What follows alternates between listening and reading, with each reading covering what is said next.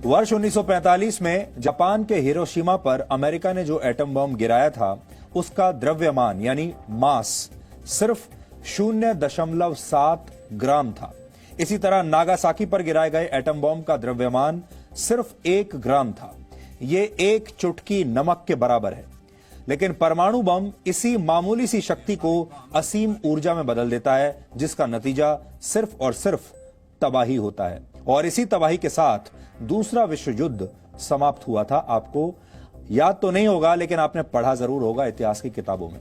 लेकिन आज 75 वर्षों के बाद दुनिया तीसरे विश्व युद्ध में प्रवेश कर चुकी है और आपको इसके बारे में पता भी नहीं चला।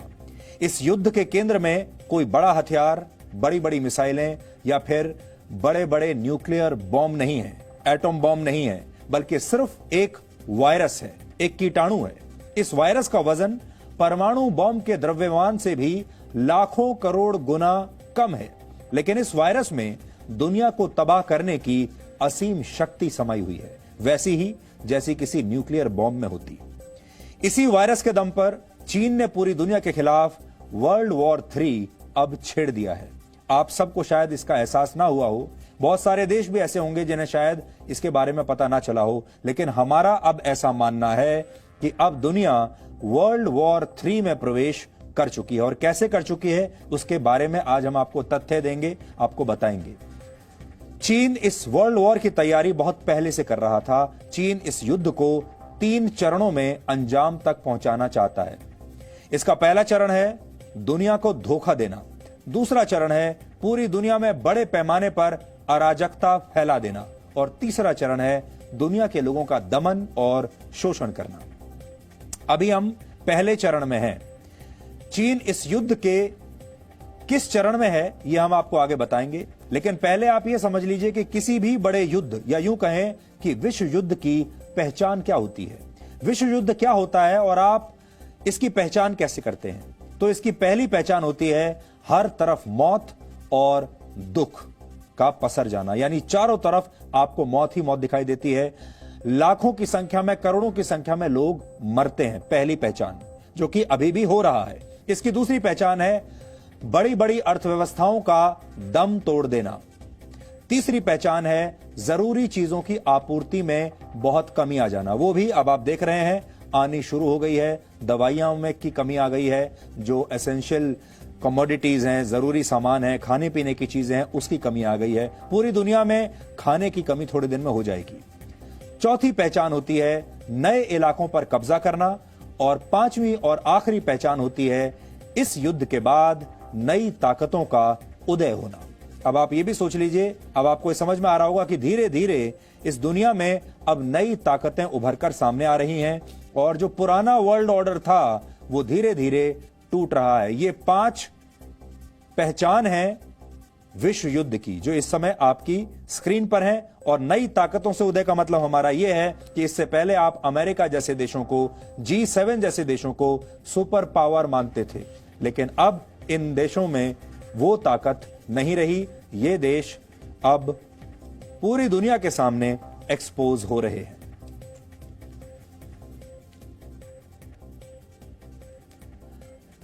अब आप गौर करेंगे तो आपको ये 5 बातें इस समय आपके आसपास घटित होती जरूर दिखाई देंगी। पूरी दुनिया में करीब 27 लाख लोग कोरोना वायरस से संक्रमित हो चुके हैं। 1,91,000 से ज्यादा लोगों की मौत हो चुकी है। और अमेरिका जैसा दुनिया का सबसे शक्तिशाली देश इस वायरस से ऐसे लड़ रहा है जैसे वो तीसरी दुनिया का कोई संघर्ष करता देश हो। अमेरिका में 8 लाख से ज्यादा लोगों को संक्रमण हो चुका है। 50,000 से ज्यादा मौतें वहां पर हो चुकी हैं और अमेरिका अपने घुटनों पर आ चुका है अभी से ही। अब आप सोचिए, जिस देश को दुनिया का लीडर कहा जाता था, जिस देश के बारे में कहा जाता था वो दुनिया की कोई भी समस्या अपनी सैन्य ताकत या फिर पैसे के दम पर सुलझा सकता है, और सुलझाता भी आ रहा है, या ये कहिए कि उलझाता आ रहा है। पूरी दुनिया में कहीं भी कोई समस्या हो, सबसे पहले अमेरिका उसमें पड़ता है, चाहे वो इराक में हो, चाहे वो अफगानिस्तान में हो, चाहे वो वियतनाम में हो, कहीं हो। वो देश आज अपने हजारों लाखों लोगों का जीवन बचा नहीं पा रहा। ऐसे में अब पूरी दुनिया में अमेरिका का भला क्या महत्व रह जाएगा। यानी चीन बिना परमाणु हथियारों का इस्तेमाल किए सिर्फ एक कीटाणु के दम पर अमेरिका को उसके घुटनों पर लाने में सफल हो रहा है। वायरस सीमाएं नहीं देखता और इसकी सबसे ज्यादा मार विकसित और अमीर देशों पर इस समय पड़ रही है। फ्रांस में 21,000 से ज्यादा लोग मर चुके हैं, इटली में 25,000 से ज्यादा, ब्रिटेन में 18,000 से ज्यादा लोग मारे गए हैं, स्पेन का भी बुरा हाल है। इतना ही नहीं, अमेरिका समेत दुनिया की बड़ी बड़ी अर्थव्यवस्थाएं भी बहुत कमजोर हो रही हैं। इस वर्ष दुनिया की जीडीपी -3 में रहने का अनुमान है। 1930 के बाद से सबसे बड़ी आर्थिक मंदी अब दस्तक दे रही है। अमेरिका में करीब 2 करोड़ 60 लाख लोग एक झटके में बेरोजगार हो चुके हैं। अमेरिका में इस समय बेरोजगारी दर 1930 के बाद से सबसे ज्यादा है। फ्रांस जैसे देश में प्राइवेट नौकरी करने वाले 50% लोगों के पास आज रोजगार नहीं है, यानी आधे लोग बेरोजगार हो गए हैं। चीन इस मौके का पूरा फायदा उठाकर पूरी दुनिया में निवेश कर रहा है और बड़ी बड़ी कंपनियां सस्ते दामों पर खरीद रहा है। यानी चीन चाहता है कि आने वाले समय में आपकी तनख्वाहें भी वहीं से आए। पूरी दुनिया में लोगों की जान बचाने के लिए जिन उपकरणों और दवाइयों की जरूरत है, उनकी भारी कमी हो चुकी है। चीन अब पूरी दुनिया को घटिया मेडिकल उपकरणों की सप्लाई कर रहा है और उसने इस महामारी के बीच भी मुनाफा कमाने का एक नायाब तरीका, एक बिजनेस मॉडल ढूंढ लिया है। संयुक्त राष्ट्र का अनुमान है कि दुनिया के करीब 26.5 करोड़ लोगों के पास भोजन की भयंकर कमी हो सकती है। एक अनुमान के मुताबिक करीब 55 देश ऐसे हैं जिनके पास इस वर्ष के अंत तक पौष्टिक भोजन की कमी हो जाएगी। लेकिन दूसरी तरफ चीन में जीवन पटरी पर लौटने लगा है। वहां सब कुछ सामान्य हो रहा है और चीन ने एक छोटे से ब्रेक के बाद अपनी विस्तारवाद वाली नीति का इंजन फिर से रीस्टार्ट कर दिया है। वहां दफ्तर चल रहे हैं, वहां शॉपिंग मॉल खुल चुके हैं, फैक्ट्रियों में काम हो रहा है। चीन ताइवान पर कब्जा करना चाहता है तो सीपेक के बहाने उसने पाकिस्तान को भी अपना एक उपनिवेश बनाने की तैयारी कर ली है। इसके अलावा हांगकांग के साथ विवाद भी इसी बात का नतीजा है। इतना ही नहीं, अब तक चीन विश्व स्वास्थ्य संगठन को भी पैसा देकर उसे अपनी तरफ करने की कोशिश में लग गया है।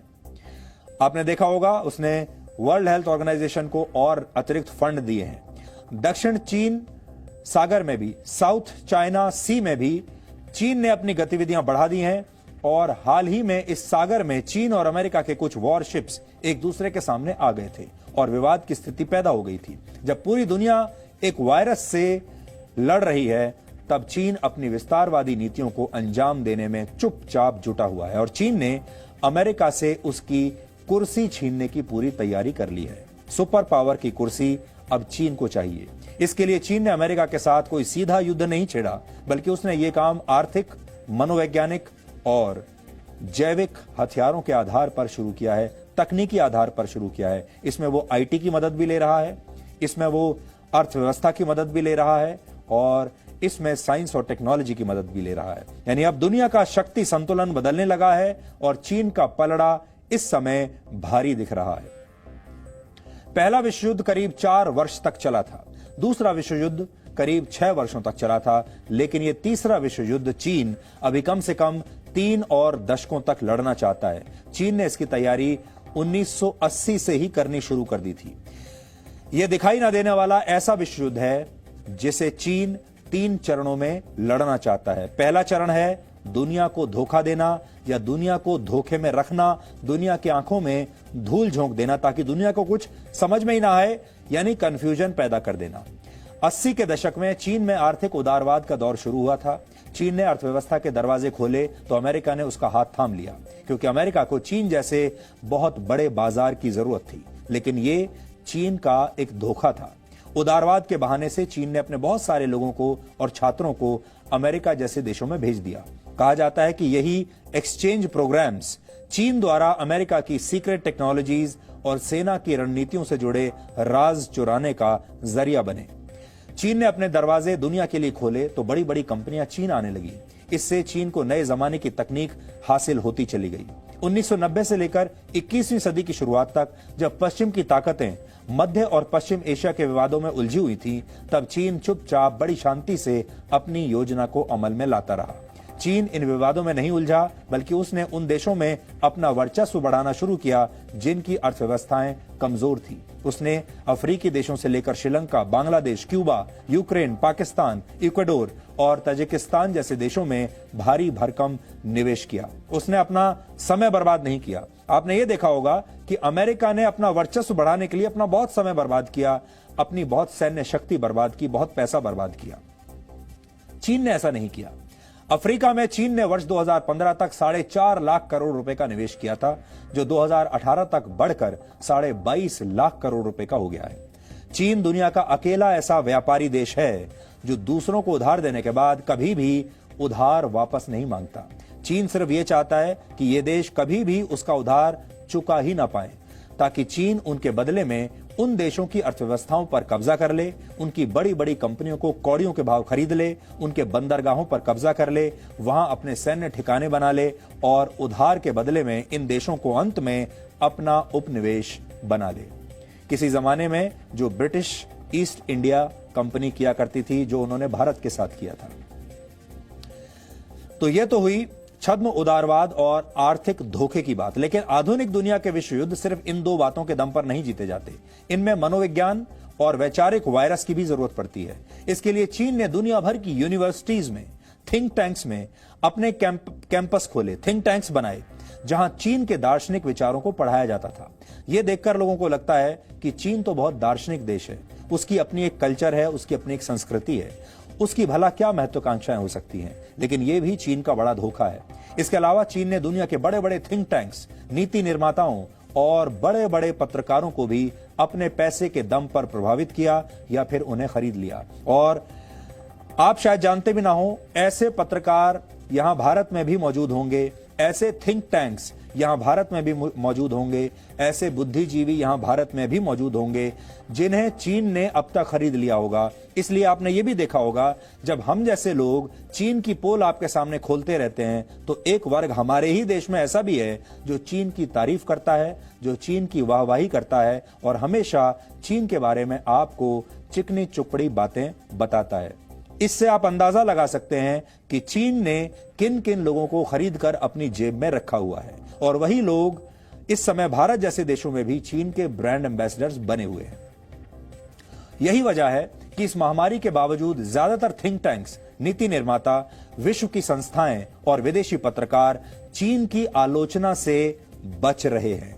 ज्यादातर ये जितनी भी एजेंसीज हैं, बड़े बड़े मीडिया हाउस हैं, वो सीधे चीन का नाम लेने से बच रहे हैं। और फिर मैं आपको कह रहा हूं, हमारे अपने देश में भी बहुत सारे न्यूज चैनल्स ऐसे हैं, बहुत सारे पत्रकार ऐसे हैं, अखबार ऐसे हैं जो कि चीन की तारीफ करने में लगे हुए हैं, जो कि लगातार चीन का बचाव करते हैं, चीन को डिफेंड करते हैं। चीन ने अपनी जिस विचारधारा को पूरी दुनिया में फैलाया, उसके अवशेष भारत में भी दिखाई देते हैं। पीपल्स रिपब्लिक ऑफ चाइना के संस्थापक माओ जेडोंग के विचार भारत में भी माओवाद और नक्सलवाद का आधार माने जाते हैं। हमारे अपने देश में आपने माओवादियों के बारे में सुना होगा, माओवाद के बारे में सुना होगा, माओइस्ट के बारे में सुना होगा।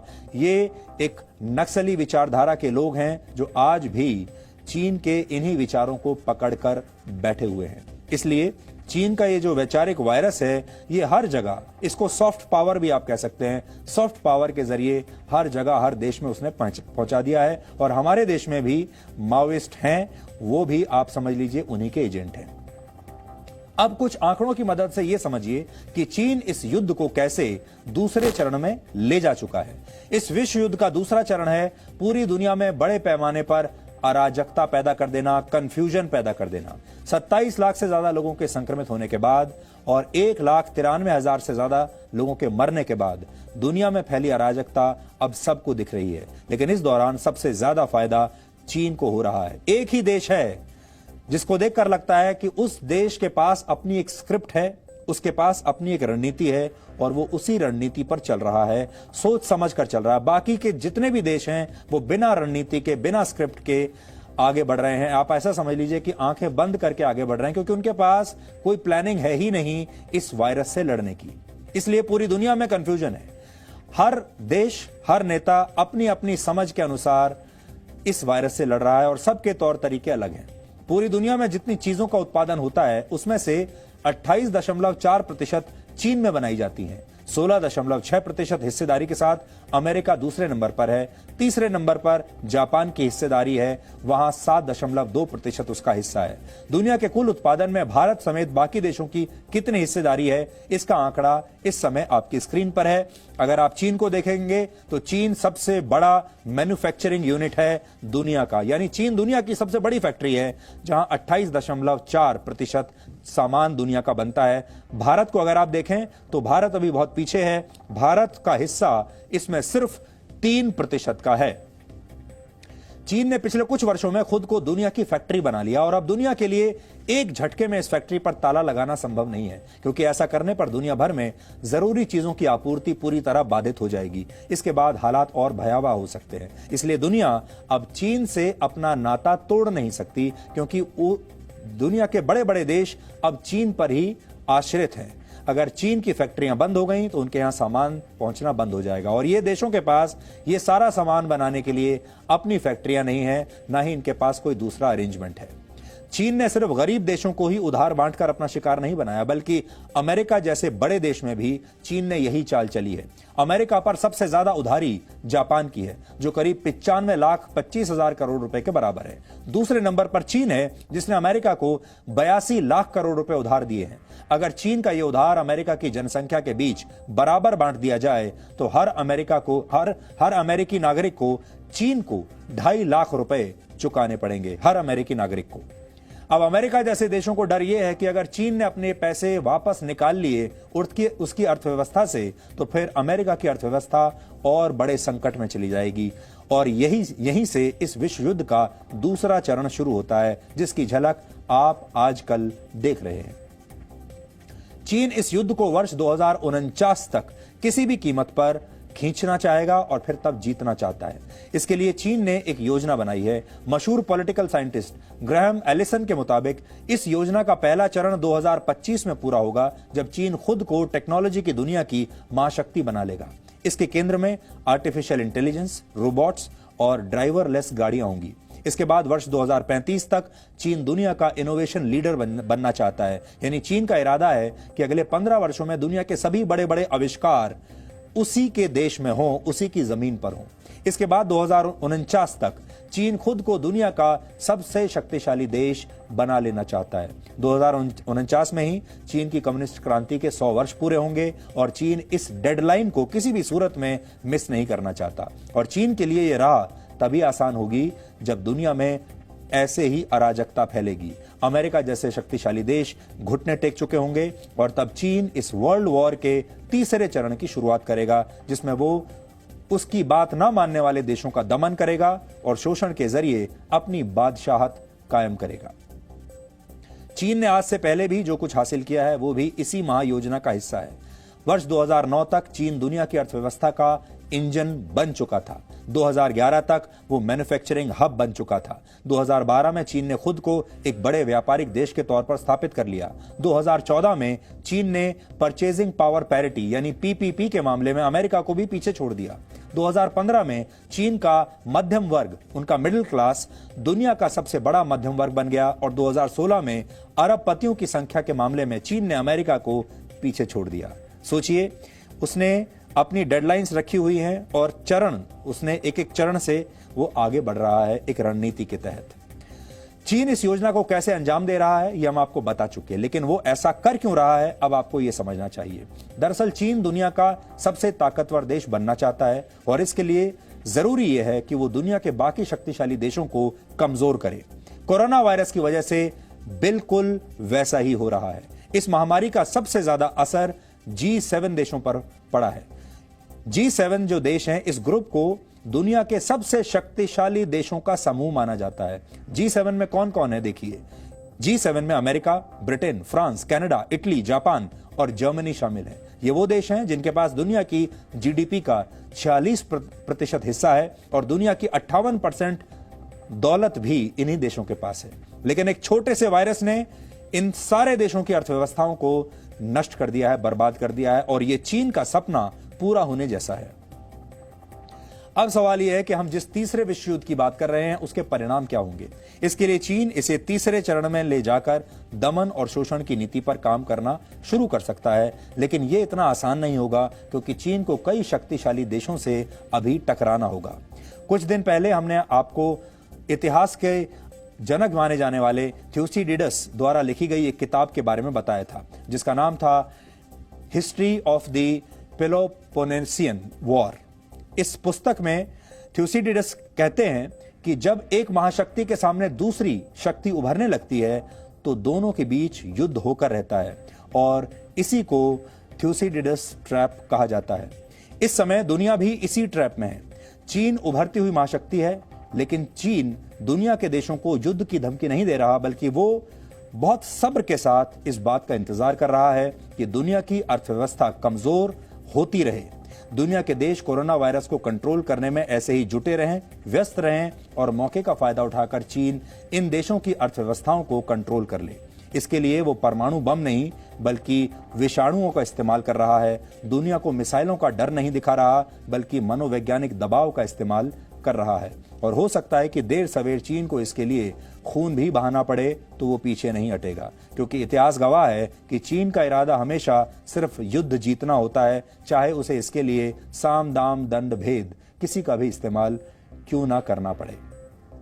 और अगर आप ध्यान से आज अपने घरों में बैठकर देखेंगे, सोचेंगे, तो अब आप सोचिए अब इस दुनिया में कितने ऐसे देश बचे हैं जो चीन का मुकाबला करने के लिए तैयार हैं। इस समय चीन अगर कोई भी बड़ा कदम उठा ले तो दुनिया का कोई भी देश या उसकी सेना अब इतनी तैयार नहीं है कि वो चीन को रोक सके। हालांकि हम फिर ये कह रहे हैं कि ये जो थर्ड वर्ल्ड वॉर है, ये मिसाइलों से और हथियारों से नहीं लड़ा जाएगा, ये जैविक हथियारों से लड़ा जाएगा, ये IT के जरिए लड़ा जाएगा, ये मनोवैज्ञानिक डर के जरिए लड़ा जाएगा, और ये अर्थव्यवस्थाओं के जरिए लड़ा जाएगा। इसमें शहर नष्ट नहीं होंगे, इसमें अर्थव्यवस्थाएं नष्ट होंगी। ये स्टॉक मार्केट्स में प्रवेश करके लड़ा जाएगा। इसके लिए किसी को किसी देश की सीमा लांघने की जरूरत नहीं है, उसके स्टॉक मार्केट में प्रवेश कर जाना है, उसके अर्थव्यवस्था में घुसपैठ कर लेनी है, और तब ये युद्ध लड़ा जाएगा। इसलिए आप अगर ऐसा सोच रहे हैं कि सिर्फ 9 दिन और बचे हैं और 9 दिन के बाद आपका जीवन पहले के जैसा ही हो जाएगा जब लॉकडाउन खुलेगा,